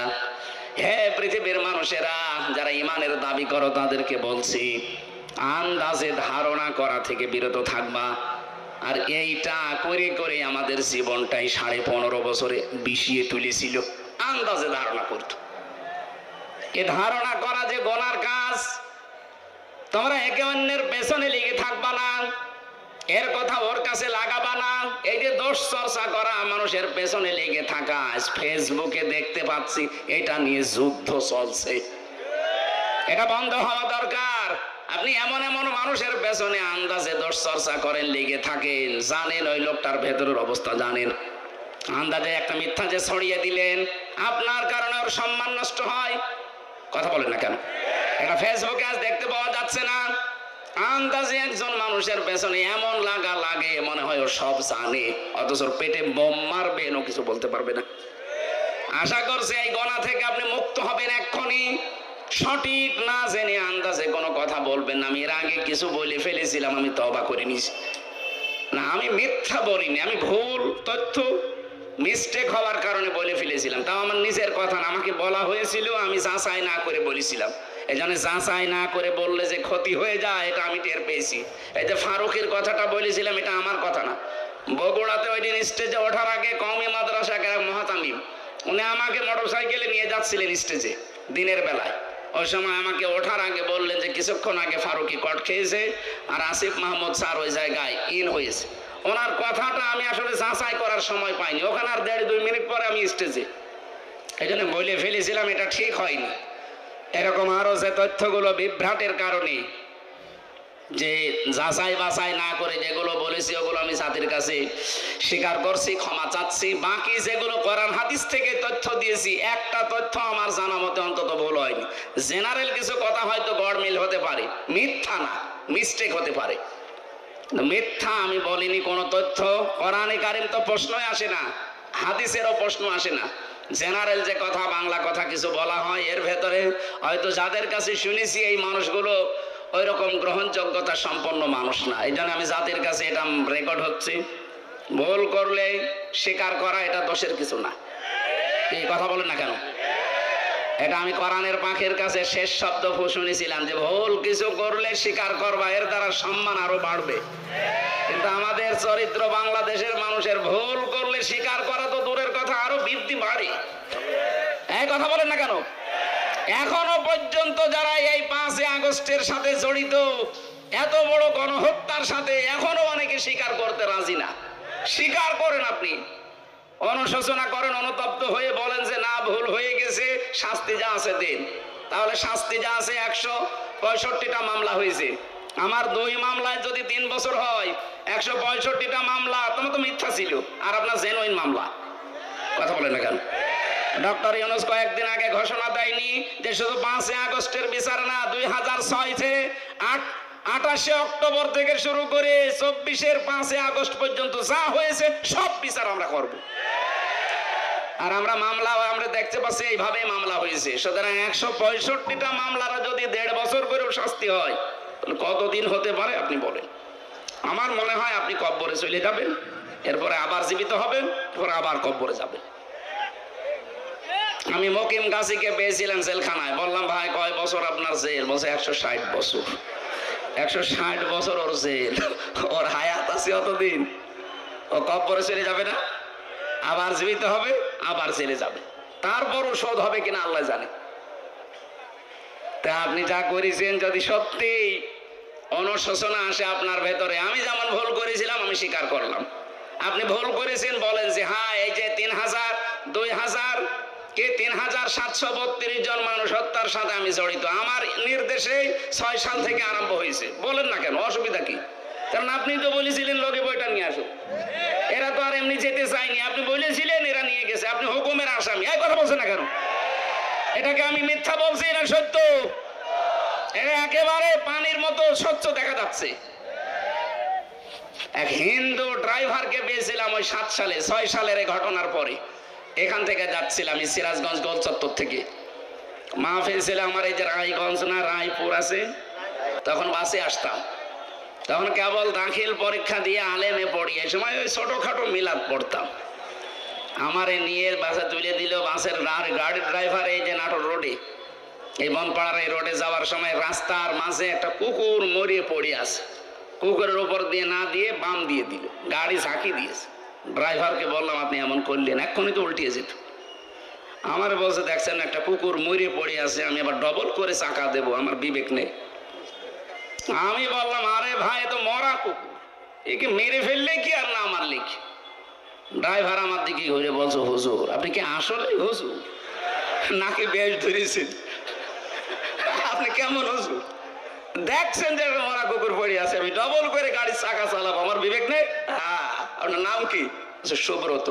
তোমার নাম শুনে বুঝলাম ওর ইমান নেই, কিন্তু বিবেক আছে। এক কথা বলছে না কেন?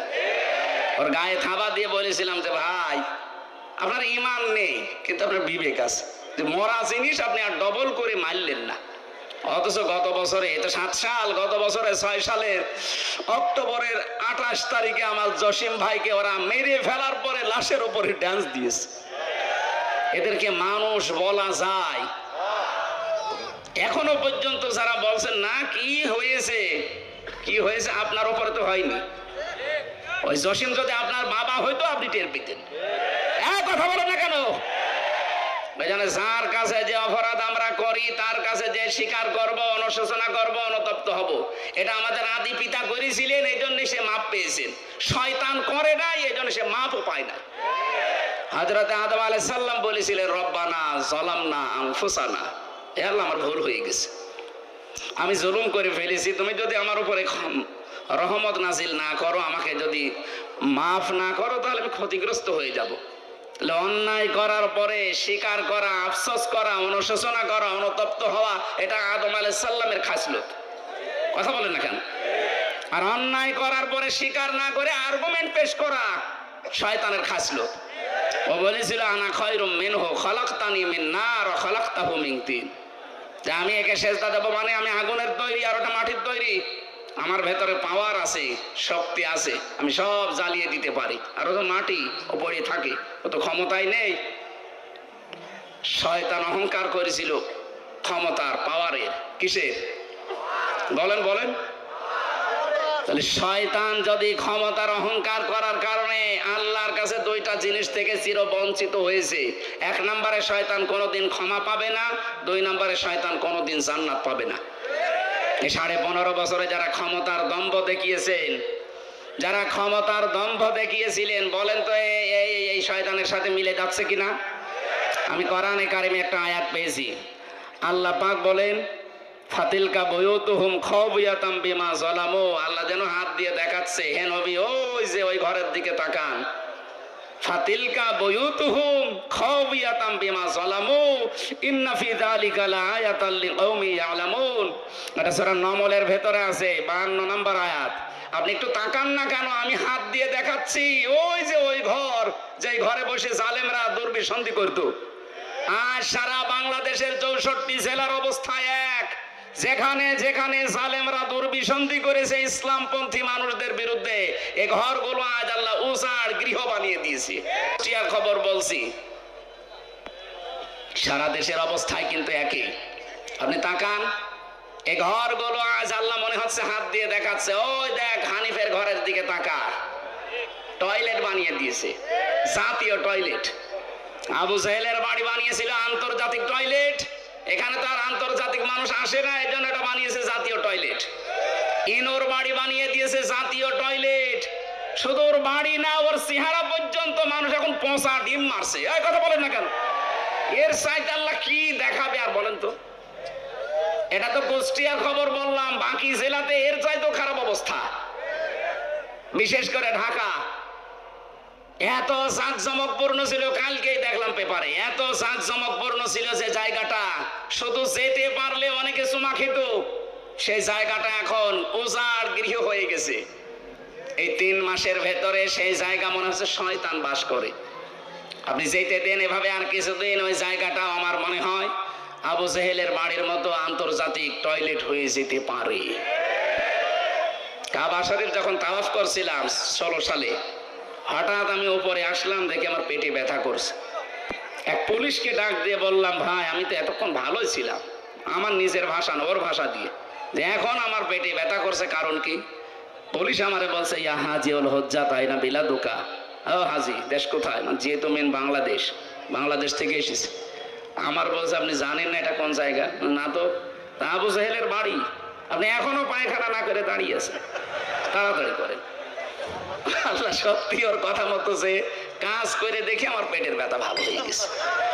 আমার তো মনে হচ্ছে এরকমই কিছু সামনে হতে যাচ্ছে, নয়তো আল্লাহ ফা তিলকা দিত না। তিলকার আগে ফা আছে, যারা আরবি গ্রামার বোঝে ওদের জিজ্ঞাসা করেন। বালাগাত মান থেকে ফা শব্দটা 13টা অর্থে ব্যবহার হয়। সত্যি যে সমস্ত ঘরে বসে দুর্বিসন্ধি হয়েছে জুলুম করার জন্য, ওই ঘরগুলো আল্লাহ বাস্তবে এভাবে দেখিয়েছেন। ফা তিলকা বুয়ুতুহুম, বাইতনের বহুবচন বুয়ুত, তার মানে এদেশে বহু ঘরে এরকম জুলুমের কথাবার্তা বলা হয়েছে, দুর্বিসন্ধি করা হয়েছে। এই আয়াতগুলো আমার মনে হয় সামনে আমাদেরকে আল্লাহ একেবারে খাপের খাপ মমতাজের বাপ দেখাবে। এই কথা বলছে না কেন? আপনাকে রাগ হয়ে গেল? এই জন্য ধারণা থেকে বেঁচে থাকবেন, উল্টাপাল্টা ধারণা করবেন না কারো উপরে। যাদের উপরে আন্দাজে এরকম তহমত দিচ্ছেন যে আকীদা খারাপ, আকীদা খারাপ, ওদের আকীদা পবিত্র কত আপনি টের পাচ্ছেন। আমি নিজে কাছে থেকে দেখেছি এই মানুষের আকীদা, বিশ্বাস, এদের যে আল্লাহর উপরে তাওয়াক্কুল, এই মানুষগুলোর যে ইখলাস, কাছে না থাকলে দূর থেকে খালি ফতোয়াই দিয়ে যাবেন। 5 দিন থাকেন তার কাছে, তার ইবাদতের মাত্রা কি আপনি এখনো টের পাননি। আন্দাজে সারা পৃথিবীর মানুষের মহব্বত আল্লাহ তার অন্তরের ভেতরে, তার মহব্বত সারা পৃথিবীর সৃষ্টি জগতের ভেতরে এমনি ঢুকিয়ে দেয়, কাজ করা লাগে। এক কথা বলছে না কেন? তার মতো চেহারার মানুষ নেই দেশে। কই, তাদের উপরে তো মানুষের ভালোবাসা মহব্বত তৈরি হয় না? তৈরি হয় কেন? ইন্নাল্লাযীনা আমানু ওয়া আমিলুস সালিহাতি সায়াজআলু লাহুমুর রহমানু ফুদ্দা। যারা ঈমান আনে, ঈমানের দাবি অনুযায়ী যারা ভালো ভালো কাজের আঞ্জাম দেয়, এখানে সালেহ শব্দটা আছে। সালেহ মানে কি বলেন তো? আমরা অনেকেই মনে করে সালেহ মানে নেককার, ভালো না। শুধু এতটুকু না, আধুনিক ব্যাখ্যা হচ্ছে সালেহ মানে যোগ্য। সালেহ মানে কি?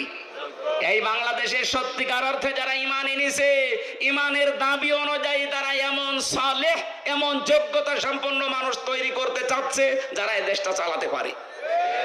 আমি নাম নিলাম না, আপনি একটু খোঁজ করে দেখেন। সালেহ শব্দের ব্যাখ্যাটা তারা বাস্তবে আজ দেখাচ্ছে। আজ আমাদের চিকিৎসা বিভাগে লোক নেই, তারা লোক তৈরি করছে। বিচার ব্যবস্থায় লোক নেই, তারা লোক তৈরি করছে। প্রশাসনে লোক নেই, তারা লোক তৈরি করছে। তা উল্টা পাল্টা লোক না, যোগ্যতা সম্পন্ন লোক। এই কথা বলে না কেন? সালেহ শব্দটা তারা বুঝেছে। আর এটার জন্য যাদের বই লেখাপড়া করা লাগে তাদেরও আকীদা খারাপ বলেন। এই সালেহ শব্দের আধুনিক ব্যাখ্যা পেয়েছি 20 শতাব্দীর মুজাদ্দিদ সাইয়্যিদ আবুল আলা মওদুদী রহমাতুল্লাহ আলাইহি তার লিখিত বই থেকে এই মানুষগুলো এই ব্যাখ্যা পেয়েছে। এই জন্যই তো তারা এখন সালেহ শব্দটাকে বাস্তবে রূপ দেওয়ার চেষ্টায় আছে। আমরা শুধু মসজিদের ইমাম ভালো এটা জানি, মাদ্রাসার মুহতামিম ভালো, অধ্যক্ষ ভালো জানি, কিন্তু আমরা চাই ডাক্তারও যেন রাজশাহীর ডাক্তার ফাতিমা সিদ্দিকার মতো হয়, ডাক্তার যেন ফরিদপুরের ডাক্তার শাহিন জর্দারের মতো হয়, ডাক্তার যেন খুলনার ডাক্তার মতিয়ার রহমানের মতো হয়। এইরকম ডাক্তার বানাতে চাই, যোগ্য এবং সৎ। এই কথা বলেন না কেন? এই কর্মকাণ্ডে যারা নিজেদেরকে ইনভলভ করবে, আল্লাহ বলেন সায়াজআলু, সিন দিয়েছেন, সায়াজআলু লাহুমুর রহমানু বুদ্দা।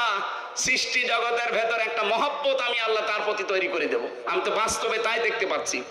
লোকটা সেখানে যাচ্ছে আজ পঙ্গপালের মতো, মানুষ ভালোবাসায় একটু দেখার জন্য, শুয়ে দেওয়ার জন্য পঙ্গপালের মতো ছুটতেছে। কেন? তারা দেখা